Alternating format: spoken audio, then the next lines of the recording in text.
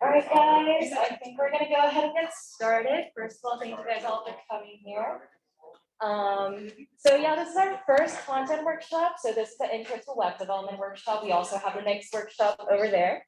This is mainly for beginners or intermediate programmers who've never done like web development before. We're going to be covering HTML, CSS. Hopefully that sounds interesting to you. If not, maybe join the workshop next door, question mark. But all right, I think we're gonna go ahead and get started. So hi, my name is Seok, and I have here with me Keshvi, and we are both from the Vandy Hacks Content Committee. And we are here to introduce you to web development. So let's go ahead and get started.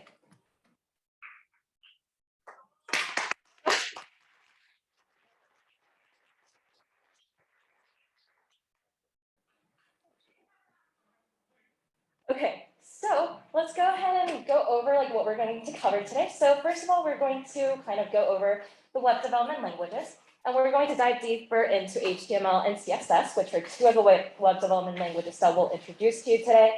And then we'll also like go over a little bit of a code demo so that you can like both walk through with us, but also we'll give you some time to build your own project. And hopefully this will be the starts of your own website, or maybe it'll inspire a new product for you for this hackathon.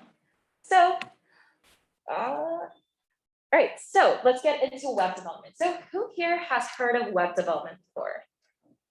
All right, okay, so who's heard of the web development languages? There's three main ones. Can anybody give them to me? All right, top crowd. Wait, somebody said something. Can you say it louder? Uh-huh. Uh-huh. All right, Queen, okay. So yeah, that's definitely three web development languages that we have today. And let's go over them for our beginners too. So HTML is basically the fundamental building blocks of your website. So HTML will hold all of your content, whether that be the text, maybe you have some images, and HTML is basically where all of that content is going to be structured. And well, if you think about it, if you just have text and images, that might be a little bit of a boring website, which is why CSS exists. So CSS stands for cascading style sheets, and CSS basically handles the looks and feels of your website. So if you want to add any colors, maybe some backgrounds, if you want to resize your images, CSS is the language that you will use. And of course, we also have JavaScript, last and not least, definitely not least, because this enhances the interactivity and the functionality of your website. So if you want to increase your interaction with your users, JavaScript is definitely the language that you will use. And so yeah, that's kind of a description of all three languages that we have so far. But if you're a new programmer and you've never heard of these languages before, I'm sure I'm throwing a lot of information at you right now. And you might say like, well, that's a lot of good information, but what does that really look like? Maybe you don't really understand what that means. So we have destructed the Vanderbilt.edu website. So I'm sure everybody here, assuming that you guys are Vanderbilt students, has visited the Vanderbilt.edu website before.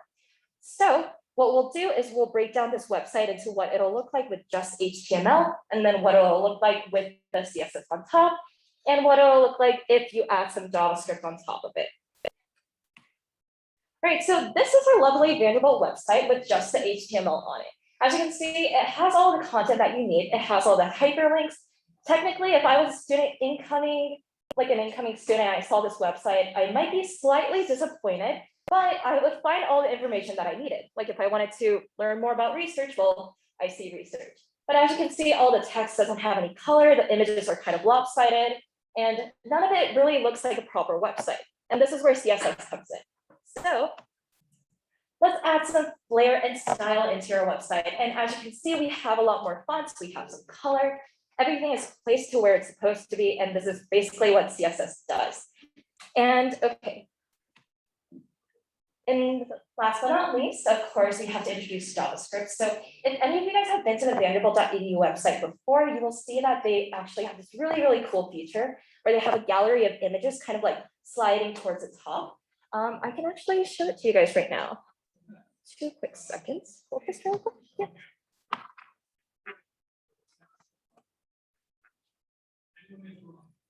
And so, yeah, this is our beautiful Vanderbilt website. And as I told you guys before, there's the gallery of images kind of sliding towards the top here. And one of the ways that you can implement this is through JavaScript. So this is what I mean by increasing the interactivity with your users and increasing the functionality, because this is really easy in JavaScript. Maybe you can do it in HTML and CSS, but it might be slightly harder. So that was kind of like the breakthrough of all the 3 different web development languages. Any questions about those? Does everybody kind of understand the differences between all the languages? All right, sounds good. So now I'm going to hand it off to Keshvi, who's going to introduce HTML to you guys. And get your laptops ready, because this is where we'll be interactively coding with each other. All right, so now we're going to talk about HTML, but before we get into it, I'm actually going to have you guys open up jsfiddle.net, because we are going to be coding as we go through this workshop today. So I'll give you guys a few minutes for that.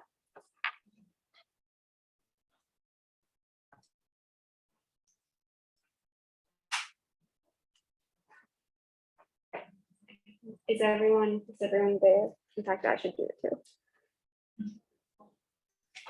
No. Others. Here, I got you. No, you're good. This will make it easier. There we go. Yeah. Okay.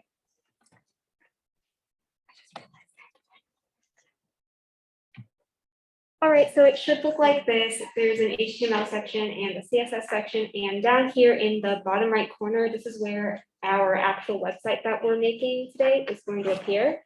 So today in our workshop, we're actually going to make a mock portfolio website. And by the end of this workshop, what we hope is that you guys can make your own website, portfolio website, which will be useful in the future. Okay.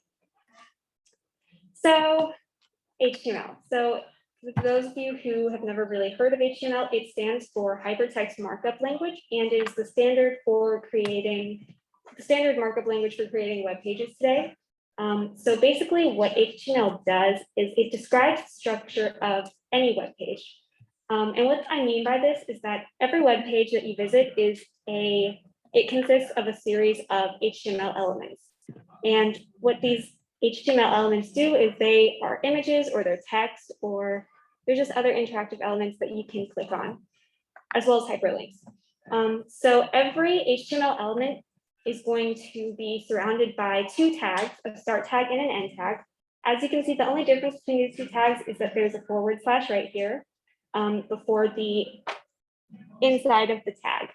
Does anybody want to guess what kind of tag these are? What kind of tag this is? Yes, it is a paragraph tag. So the purpose of tags in HTML is they specify what type of element is to be displayed on the web page. So these paragraph tags would tell a web page, hey, can you please display hello world as a paragraph on the website?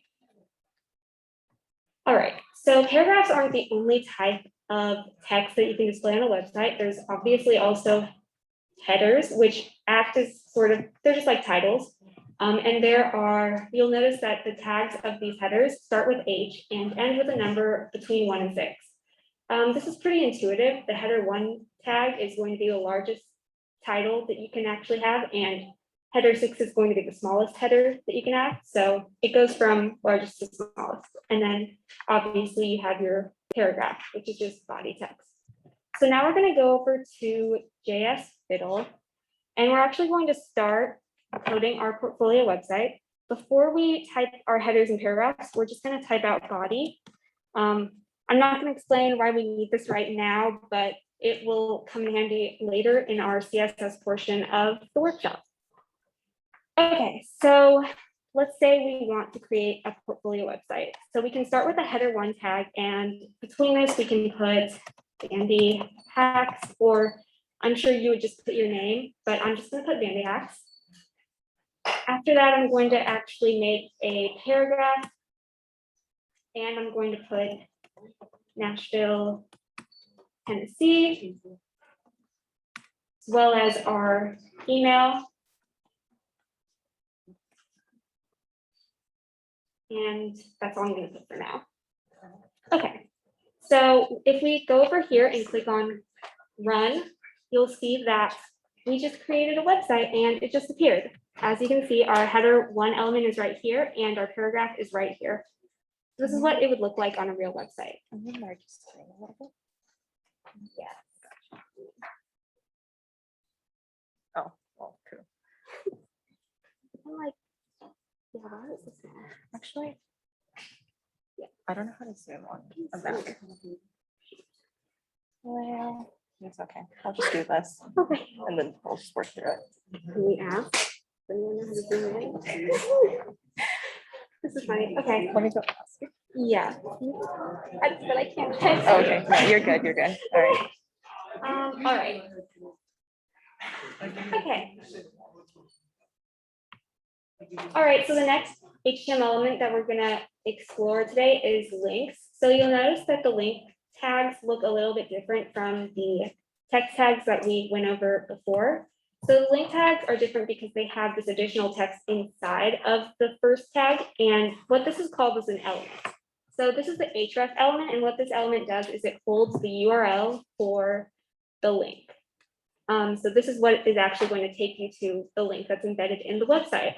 And the text between the two tags is going to be the actual text that will show up on the website. So if we go back over to jsfiddle.net, we're actually going to embed a link here inside of our paragraph that we made earlier. And we're going to href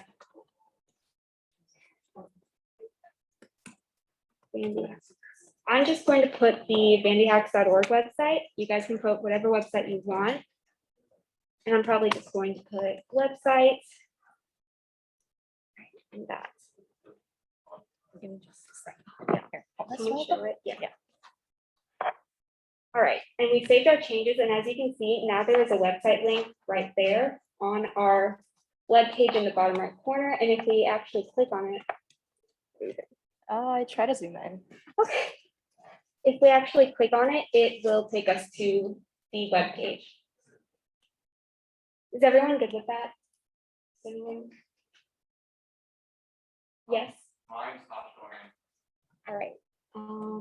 We have one of our TAs coming over to Yes. help you. Yeah, okay, yeah. Also, guys, throughout the workshop, if you guys have any questions, just raise your hand and we'll have like our members to come around and help you guys. So feel free to ask any questions. For sure.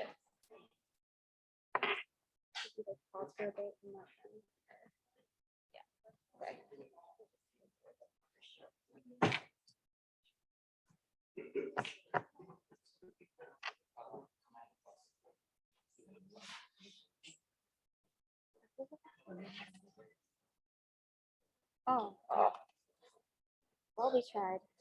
So I'm just gonna do this now.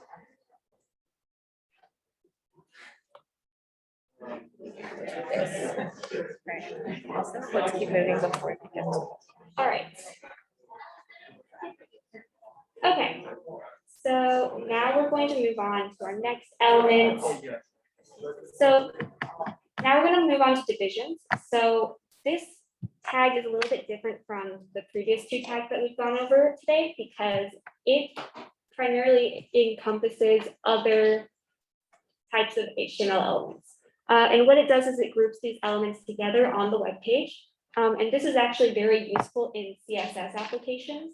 So we're going to get into like why they're so useful and more in the second part of the workshop, but we're going to go ahead and add some div tags right now for our header and paragraph tag that we created earlier.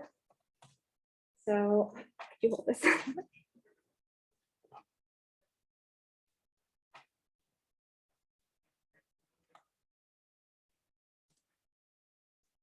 So also remember when you use a div text, surround all of your elements with the start tag and the end tag.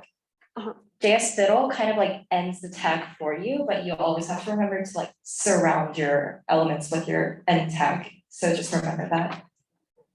Also, a nice trick is to click tidy right here up in the right corner. It indents your code and makes it look a lot nicer. Okay, so when we run this code, you're gonna see nothing visually changes or visibly changes. So you might be wondering why division tags are useful and why we even need them. But again, they're very useful when we're stylizing the website, and just, it's very useful to be able to group certain elements together and to be able to stylize them in the same way. Okay. All right, so now we're going to go over lists. So we have two different types of lists in HTML, and they're called ordered lists and unordered lists. So first, we're going to actually make an ordered list. I'm just going to show you the difference between these two lists first. So if we go back over to our code, I'm going to make a new ordered list. First, I'm going to make a header, actually. I'm going to say education. And then under this header, I'm going to make an ordered list. And I'm going to make a list element inside of it with the li tag. And I'm going to put Vanderbilt University class of 2025.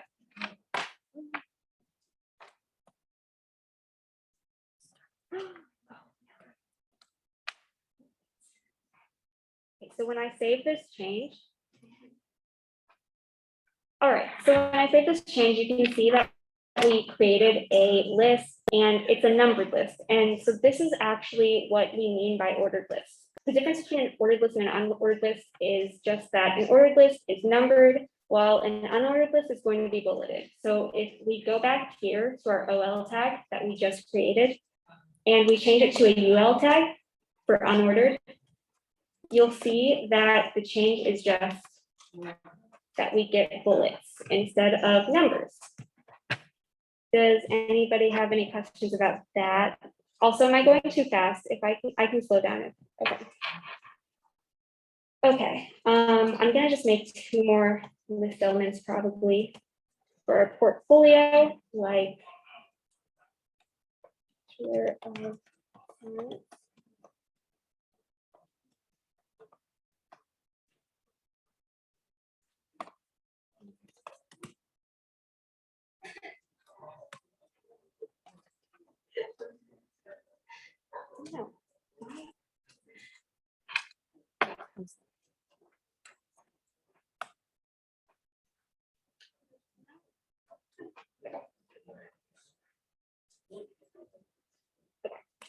All right, cool. So we've now made, also mentioned this too. Header too.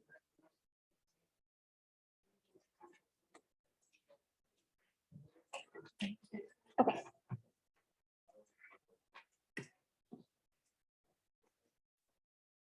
So we now made our education section of our portfolio. I'm probably just going to copy this code and I'm gonna make two more sections for our portfolio, just to make it a bit more interesting.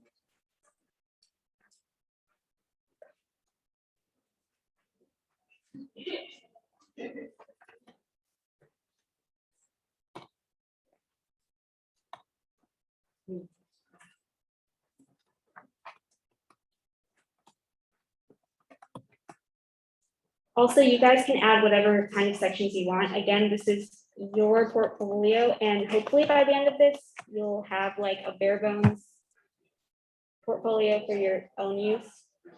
So I'm going to change this to, I'm going to make a professional experience section and an extracurricular section. No, probably just.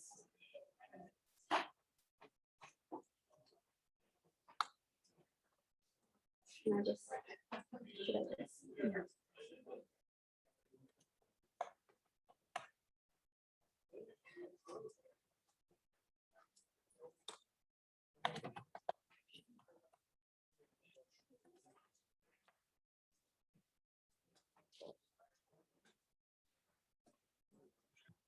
all right. All right. Do you guys need more time to like make your list, or do you want to move on? I think we can move on. Okay. All right. So the next element we're going to get into is images. So this is going to also look different from the tags we've explored so far because it doesn't have an end tag. It just has one tag and it has a whole bunch of attributes inside this tag. So the source attribute is just going to be the URL for the image that you want to embed in your website. The alt attribute is going to be the alternative text that will be displayed on the website if your image cannot be displayed. You need to have alt text because people need to know what the image that you were trying to display is if it can't be displayed. Also, we have the width and height elements, and these are just going to specify the number of pixels and the dimensions of the image. So I think I'm just going to go over to Dandy Hacks again.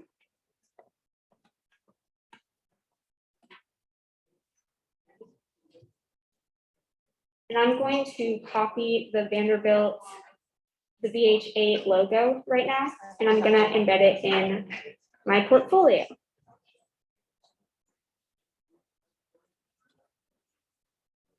I'm gonna add it right above the education section. I'm going to be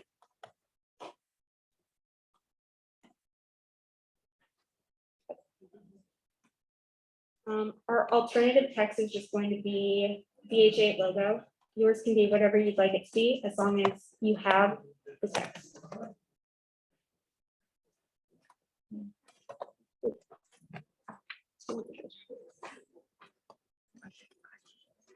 Also, remember to surround all of your attribute values with quotation marks, or else it's not going to work. Even your numbers need to be surrounded by quotation marks.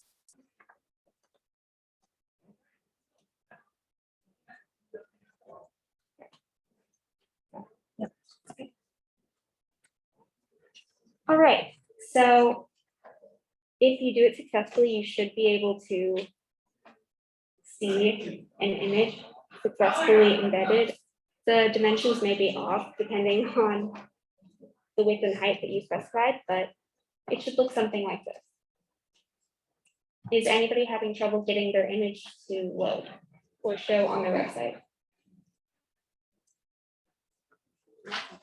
Yeah. What does the alt mean? The alt is the alternative text. Okay, so I'm actually gonna mess up my image right now. I'm gonna take out the HTTPS real quick, and I'm going to run it again.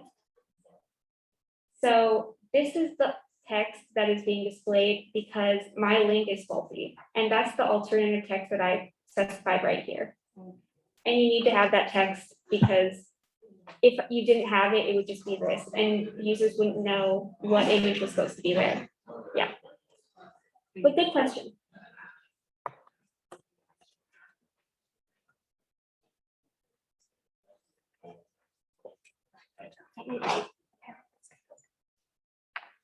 All right, is anybody else having trouble with the images? I think we can move on to the CSS portion of this workshop then. If no one has any questions, I'll pass it off to Seok. All right, guys, it's me again, back with CSS. So Keshvi's done a really great job of introducing HTML to you guys. So now we're gonna move on to stylizing your website. And we'll start off by introducing a couple of syntax or how CSS is structured. And soon enough, you'll see a pattern in which you'll be able to kind of figure it out along yourselves. All right, so you guys recognize this hello world with the paragraph tags. So you might be wondering, well, if I want my hello world to be, say, the color green or blue or whatever color you want, well, how would I do that? First of all, you would identify where in your code, in your HTML code, you want to impact your style attributes. And for here, for example, we see that our hello world that we want to color in blue is surrounded by the P tags, like the paragraph tags. So what we'll do in CSS is we'll declare the P, open up some curly brackets, and we'll declare the color attribute, and then we'll just give it a color, say pink. So this is just one of the ways that CSS allows you to color in some text.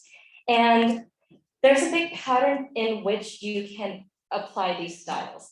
So as you can see, if you have an H1 tag, so a header tag, well, how would you apply styles to an H1 tag? Well, you would say H1, open up some curly brackets, and then add some styles there. If you had an H2 tag, anybody want to guess what we have to type in to put in our colors. If it's an H2 tag, what would it? Yeah, great job, my dude. Okay, so we would type in H2 and then we would put in the styles. And so on and so forth. And you can see that there are different styles that you can apply. So for like the H6 tag, for example, I showed you guys like, if you wanted to align your text to be kind of like centered, that would be the syntax. You would say text align, and then you would say center. If you want to change your fonts, you would use font family and then choose one of the fonts that's out there. Or if you want to change the font size, you would also declare that by saying font size, and then declare what size you want your font to be, and always ending the line of code with semicolons. Okay, so any questions on that so far? Oh, yes. You have two paragraphs in one program. How do you color them? I'm sorry, can you say that louder? If you have two paragraphs in one program, you color them differently or all your paragraphs. Oh, so very good question. So what happens if you have two paragraph tags and you just want to color them differently? Well, the code wouldn't know that that those are two different paragraphs, right? So later on, we'll learn this thing called class, which kind of identifies like individual objects, and that'll help you say, okay, well, I want paragraph 1 to be like pink. I want paragraph 2 to be green, and that's one of the ways that you can differentiate the paragraphs. Very good question. Any other questions? Alrighty, well, let's start coding. So get back on JS Fiddle. Actually, can you guys hear me if I just talk like this? All right, perfect. Not liking the mic too much, guys. All right, so let's do some styling. Okay, so if you guys haven't realized by now, we're kind of creating like a portfolio website. So one of the things that I like to do on my resume is to kind of center my name and like my address info. So to do that, I would identify, well, I want Bandy Hacks and Nashville, Tennessee to be centered. So on my HTML side, I would see that, okay, well, Bandy Hacks is in H1 and Nashville is in paragraph. What I could do is, well, I could grab the H1 tag and say text align, center, and also my paragraph tag and do the same thing. Can you guys see well?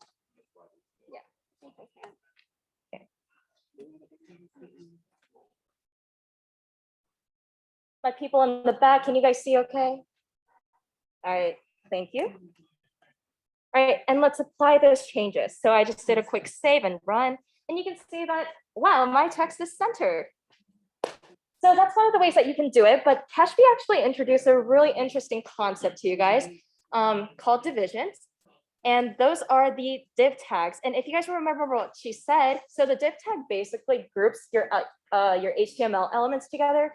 So say in this case, I wanted my H1 tag and my paragraph tag to be both centered. Well, instead of writing out H1 and P, I could just say, well, I just want my entire division to be text aligned. So instead of this entire thing, I can just say, well, I just want my div and say text align center. And I would have the same results. So I kind of want my image to be centered as well. So image is actually not in the div, which is why, that's why we say whenever you guys use div, guys, just make sure like you guys group everything that you want and then make sure that the end tag goes after your element that you want to. So in this case, it's a really quick fix. I would just move my div to add like after the image. Let me tidy that up and run it. Oh, that is saved, sorry. And voila, my image is centered. All right, so that is beautiful. Let's also do some colors because I like to make my resumes colorful. I actually don't do that, guys. I don't think job recruiters like that. All right, so I did a quick color change, and as you can see, all of my text is turned into green. So quick pop-up question. What if I just want Bandy Hacks to be green? What would I do to just make my Bandy Hacks text green? Anybody have a guess of sorts? So I don't want Nashville, Tennessee to be green. I just want Bandy Hacks to be green. Anybody might have a guess? Yes? I'm sorry, can you say that one more time? I think you technically can, but an easier answer would be just to grab the H1 tag.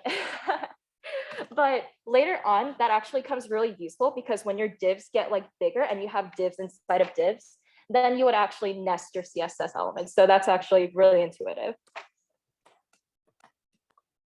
So I'm just gonna do that. So as you guys can see, hopefully this really like showcases for you guys like how to like identify tags and attributes and apply specific style attributes to the tags that you want to. Anybody have questions on this so far? All right, none so far. Okay, one of the things that I want to do is like, I don't like whatever font this is, so I'm going to go ahead and change the font really quick. So, okay, another pop-up question. Say I don't like the font of this entire website. Like I just wanted to change the entire thing. What tag do you guys see that over kind of like grabs like every single HTML element right now? Yes, body, exactly. So I would grab body, and then let me just grab the font family. Okay, so for fonts in specific, so CSS has like a couple of fonts that they've predefined. If you want like a special like font, I think Google has this way where you can import fonts in, but that's a little bit complicated. So we're just gonna stick with the CSS fonts that are defaults. So if we come down here, we can see that, okay, well, Georgia is one of the font names that is predefined. So I'm just going to grab Georgia, come back to JS Fiddle, and let me apply Georgia. Okay, so you guys might not have seen a lot of difference in the fonts, but I definitely did, and this is much beautifuler. So I'm gonna stick with this.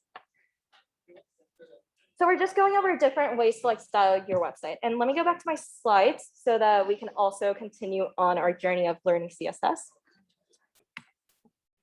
Okay, so like we said, so this was actually a question that we got earlier, which was a really great question. So say we have a div and we want to like apply this font of Times New Roman. Well, the way that I told you guys to do is, well, just declare a div and have the font sizes, the fonts right there. Well, what if we have multiple divs, but we only want like section 1 to have like the Times font, but we want section 2 to have a different font? What we can do is identify these IDs, kind of like identifications called classes. And this is basically an attribute. I think Keshvi introduced that to you guys as well, but class is also an attribute for the div tags. And what you can do is you can identify kind of like an ID of sorts for these like specific objects. And so say I want my first div to be section 1, I want my second div to be section 2, in which case now I can actually do my CSS separately for those two divs. So one thing that you might see different from like just doing an H1 or a P here is that for classes, you have to include the period in front of your CSS. If you don't, it's gonna get a little bit wonky. Sometimes it might work, but usually it just gets confused. So just remember that difference. So with classes, add the period in front. With normal text, don't. All right, are we good? Is everybody following? All right, perfect. Yeah, so in the HTML, you would just put section 1, but in the CSS, you would add the period. All right, so let's see this in action. So we have 3 divs down here already. Let me go ahead and tidy this up. Okay, so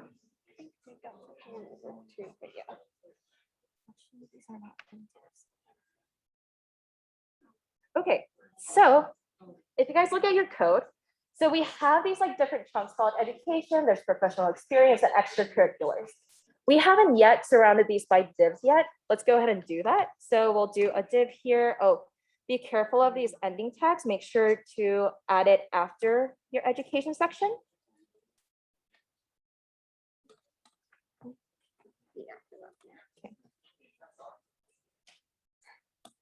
Okay, so for the education div, let's just call this, I'm not very original, section 1. And then for professional experience, we want to also create a div for like the professional experience and the bullet points beneath that. So surround those with divs and we will call these section 2.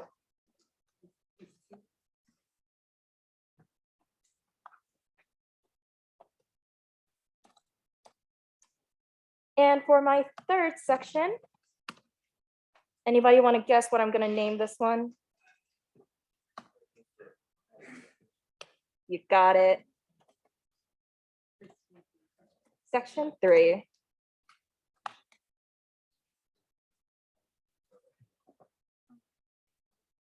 Oh, interesting. Oh, because we have this there. Mhm. Gotcha. I'm gonna cover that right now. Okay, so did everybody declare their divs? Everybody good? Okay, so what's one thing that you guys notice that might look a little bit awkward if you actually submitted this as a resume? Yes, there's that. There's also one small thing that I feel like a lot of resumes don't do. Or maybe. Yes. Okay, I'm just gonna give it to you guys. So the headers are usually very much like centered, but usually the bullet points are left centered, right? So right now what's going on is that our div CSS that says text line center is being applied to all of our divs. So this is again what we're actually one of our questions asks, like, well, what if we have like multiple divs, but we only want like the first one to be centered? In this case, let me go ahead and remind, okay, for this first div, let me go ahead and name that too. Let me give that a class called introduction. And since I only want that first div to be centered, I'm going to change this div into dot introduction. And now that text align center style attribute should only be applied to introduction. And as you can see, the other div tags are not being affected. Does that kind of make sense to you guys now? All right, perfect. Okay, so see if I have any more to do. Okay, so now we're going to give you guys a couple of minutes, maybe not too much, maybe like 5-ish minutes, for you guys to like just try around different things. One thing I might recommend you guys doing is like maybe go to w3schools.com over here. They have a lot of like HTML and CSS guidelines that you guys can look at. So for example, in CSS, if I wanted to look into tables, for example, they have a lot of like examples where you can like define a table and learn about like maybe you want some borders, maybe you want some folds. There's different things that you can learn online, and I think this is a good opportunity for you to try things out. And if it doesn't work, raise your hand. We'll come around and help you and kind of guide you to like how to start your own project, but also look for resources and apply those to your own project. All that to say, all right, take 5 minutes and go wild. We might. I'll come back in 3 minutes. Okay.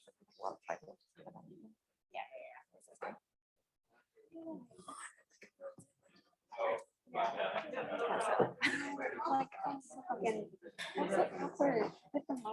The mic is It threw me off. It and I threw was me like, off too.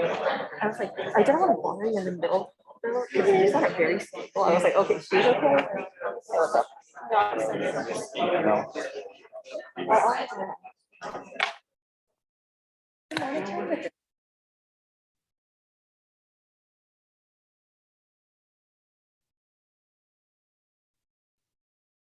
Oh. You guys are whispering.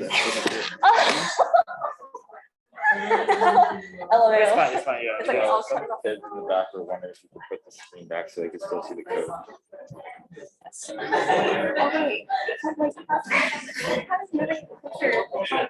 What? Oh, wait.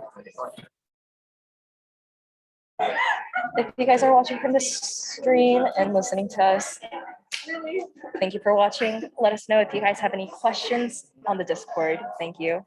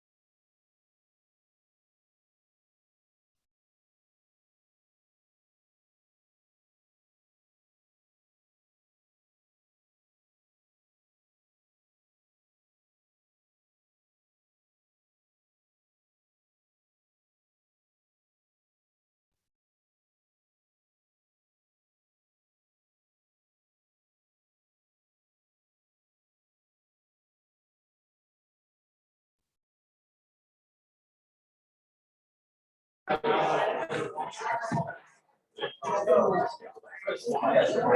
right, guys. So I know it's only been a couple of minutes, but because we do have a little bit of time left, we want to try this really cool effect that we can do in CSS. It's called a parallax effect.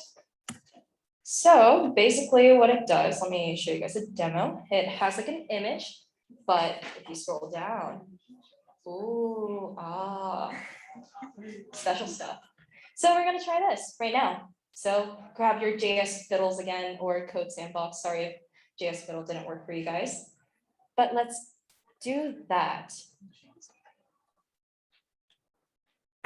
Okay, so what we're gonna do, sorry, I'm not gonna use the mic again, but we're basically going to first off create a new div before your introduction section. So go all the way to the top, but inside your body, don't forget to stay inside the body.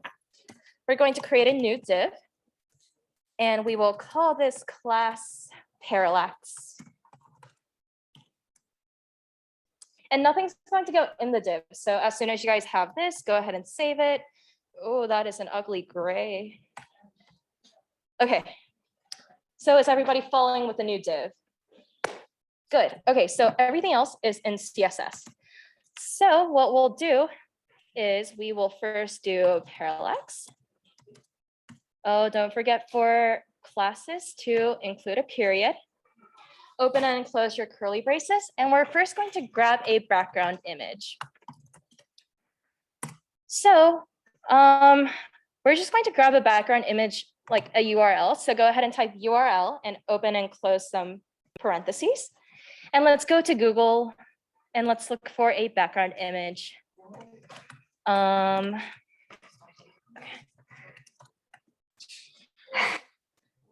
I have not watched this before. I have.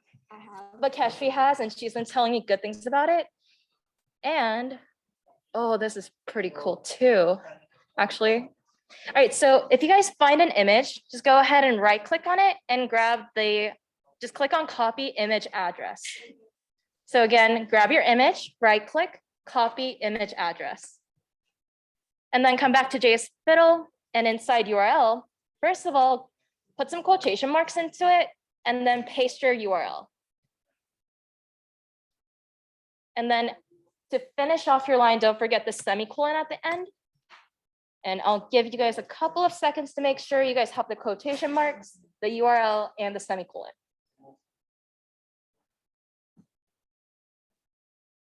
All right, so now we have a background image, but even if you save it and you run it, you're not going to be able to see it because we haven't given it a size.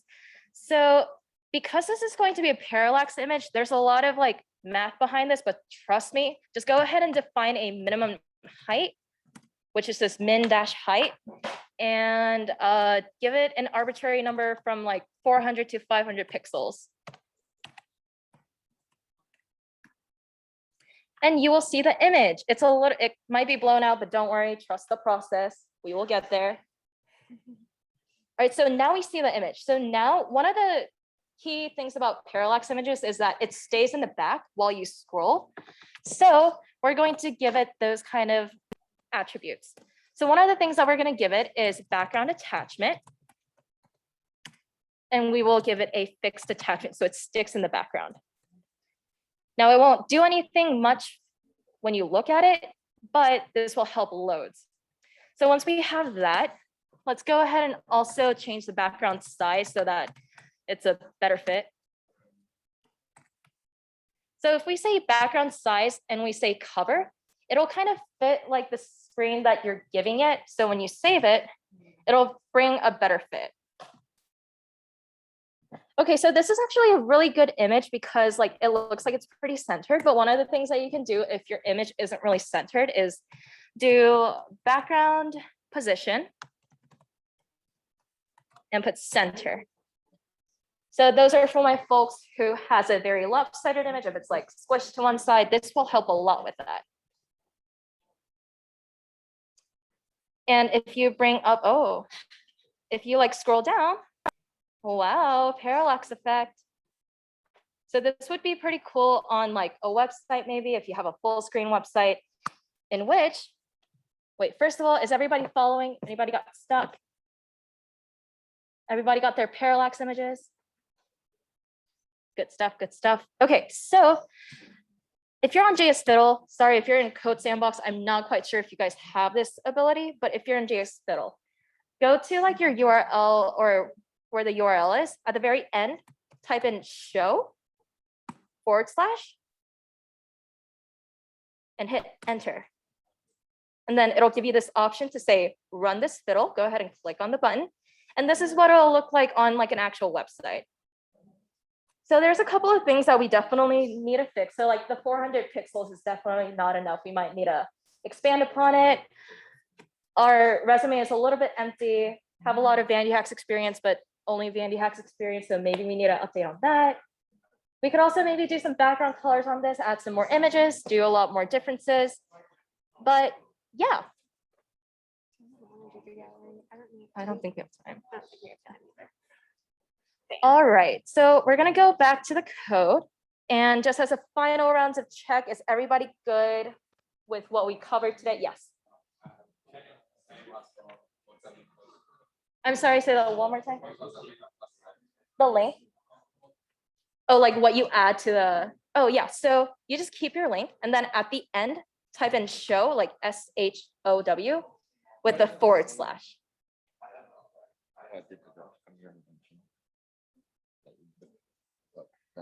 Attendance, yeah.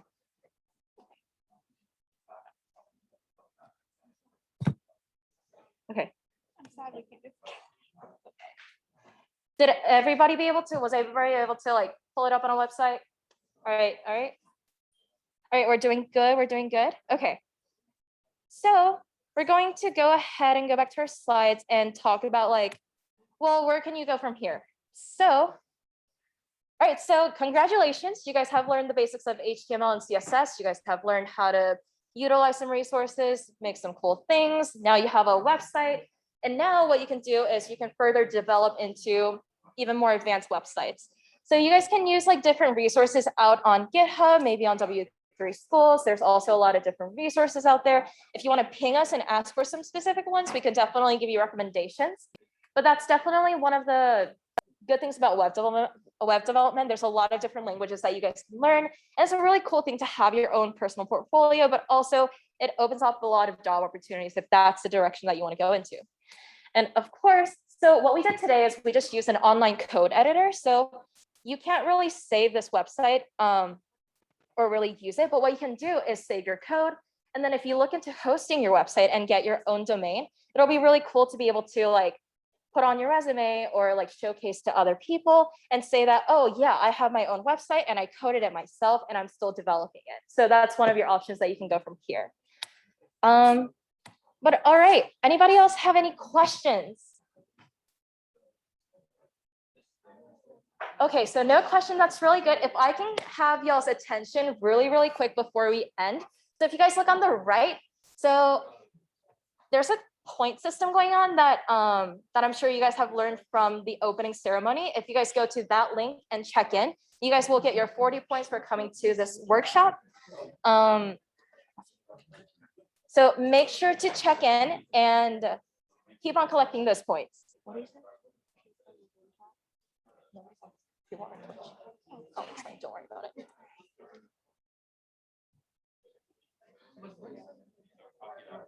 Alrighty, guys. Okay, also, just as a quick reminder, if you guys liked Intro to Web Dev, we're also having Intro to Web Scraping right this next hour, which is where we're going to look into some HTML and scrape the web and look into data extraction. So if that's what you're interested in, come to that. We also have a deep learning workshop where if you want to learn image classification or machine learning, we're also having that. Those are both kind of intermediate, but they should be well explained enough to where if you're a beginner and you're interested, definitely join us. But those both start at 10 o'clock. So on that note, thank you guys so much for coming and